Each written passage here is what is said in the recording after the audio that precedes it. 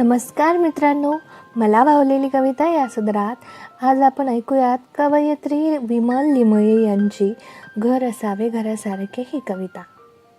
घर असावे घरासारखे नकोत नुसत्या भिंती, घर असावे घरासारखे नकोत नुसत्या भिंती, तिथे असावा प्रेम जिव्हाळा नकोत नुसती नाती, तिथे असावा प्रेम जिव्हाळा नकोत नुसती नाती.